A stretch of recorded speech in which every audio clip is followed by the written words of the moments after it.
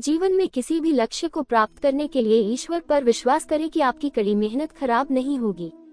ईश्वर की कृपा से आप हर वह चीज प्राप्त करेंगे जिसकी इच्छा आप रखते हैं और जो आप पाना चाहते हो। जीवन में सकारात्मक विचार प्राप्त करने के लिए इस वीडियो को ध्यान से सुने और देखें और जीवन को बेहतर दिशा की ओर लेकर जाएं। भगवद गीता में भगवान श्री कृष्ण हमें समझाते हैं कि हमारा मोल किसी बाहरी वस्तु, कारण या स्थिति से नहीं आता है। हम जैसे हैं वैसे ही भगवान के लिए अमूल्य हैं। इसलिए हमें भी अपना मोल किसी बाहरी वस्तु, स्थिति या इंसान के आधार पर नहीं करना चाहिए।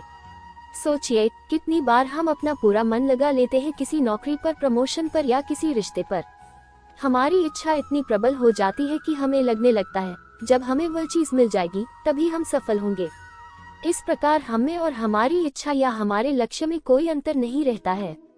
भगवान श्री कृष्ण हमें समझाते हैं कि यह गलत है, क्योंकि मनुष्य के मन में अनेक इच्छाओं और लक्ष्यों का आना अनिवार्य है, लेकिन ऐसा कोई मनुष्य नहीं जिसकी सारी इच्छाएं पूरी हों। याद करिए, भगवान श्री कृष्ण भी मनुष्य जीवन में अपनी सारी इच्छाओं को पूरा नहीं कर पाए थे।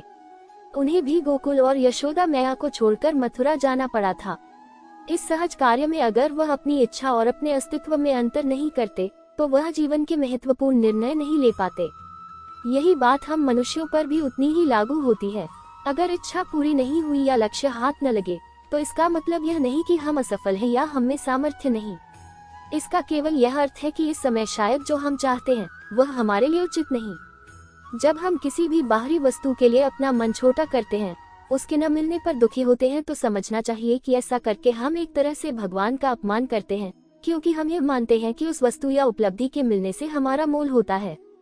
यह विचार ही गलत है, क्योंकि हम सबको भगवान ने बनाया है और उन्होंने जैसा भी बनाया है कुछ सोचकर ही बनाया होगा। हम सब जो कुछ करते हैं उस सब में उनकी इच्छा है और उसे अच्छे से, पूरे मन से करने से हम उनकी सोच को पूरा कर रहे हैं। हमेशा यह मानकर चलिए कि इच्छा पूरी हो तो अच्छा और पूरी ना हो तो और भी अच्छा, क्योंकि इसमें कहीं ना कहीं भगवान की लीला है।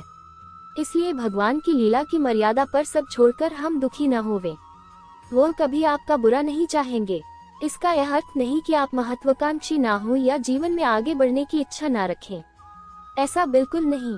भगवान ने जो कहा है उसका अर्थ है कि आगे बढ़ने का जो प्रयास हम कर सकते हो जरूर करें, लेकिन जब हमारे प्रयास का फल वैसा नहीं निकलता जैसा हम चाहते हैं तब हमें अपने आप को दोष नहीं देना चाहिए।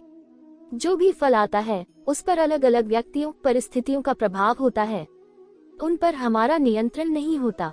अगर रिश्तों की बात करें तो हम जिसे प्यार करें जरूरी नहीं कि उसके मन में हमारे लिए वही भाव न हो। आप इस बात में क्या कर सकते हैं, इसलिए आप वह कीजिए जो आपके मन को सही लगे और आगे के लिए यह अधिक विश्वास रखिए कि जो कुछ भी होगा अच्छे के लिए ही होगा। दूसरा कोई रास्ता नहीं जब आपके साथ भगवान स्वयं है।